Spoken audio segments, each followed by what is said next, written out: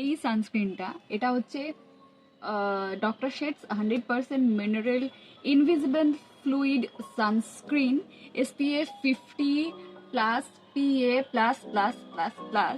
এই সানস্ক্রিনটা আমাকে পিয়ারে পাঠিয়েছে ডক্টর শেটস থেকে। বাট একটা কথা আমি বলবো যে এই সানস্ক্রিনটা আমাকে পিয়ারে পাঠিয়েছে বলে আমি প্রমোশনস করছি বলে তা নয়। আমি লিটারালি এটাকে ইউজ এখনই, জাস্ট এখনই করলাম, তোমরা দেখতে পারো।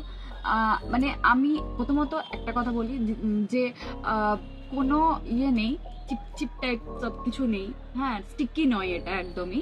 ইভেন এটা ইউজ করার পরে একটা ফটোজেনিক গ্লো দিচ্ছে। আমি তোমাদেরকে দেখাতে পারছি না, বোঝাতে পারছি, আমি বুঝতেই পারছি না। মানে আমি নিজে কিন্তু আয়নাতে বুঝতে পারছি, তোমরা ক্যামেরাতে কতটা বুঝতে পারছো আমি জানি না। লিটারালি এটা কিন্তু খুবই ভালো। ইভেন আমি প্রায় এটা 10 থেকে 15 মিনিট হয়ে গেল আমি এটাকে লাগিয়ে আছি, সোয়েট হয়নি।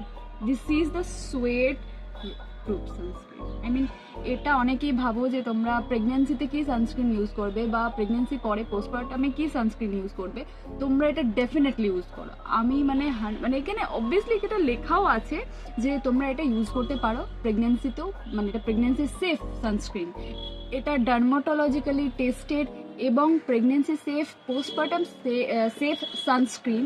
তোমরা এটা ইউজ করো, একবার জাস্ট ইউজ করো। ইভেন যারা ইউজ করছো তারা কমেন্টে আমাকে প্লিজ বলো যে এটা কেমন লেগেছে তোমাদের। আমার তো বেশ ভালো লেগেছিলো। আমি যদি আমার প্রেগনেন্সিতে এই সানস্ক্রিনটা পেতাম তাহলে খুব ভালো হতো, বাট পাইনি। ঠিক আছে, সেটা আমি একটা অন্য সানস্ক্রিন ইউজ করতাম, বাট এটা খুবই ভালো, কিন্তু ভীষণ ভালো। আই লাভ ইট, সত্যি ভালো, খুবই।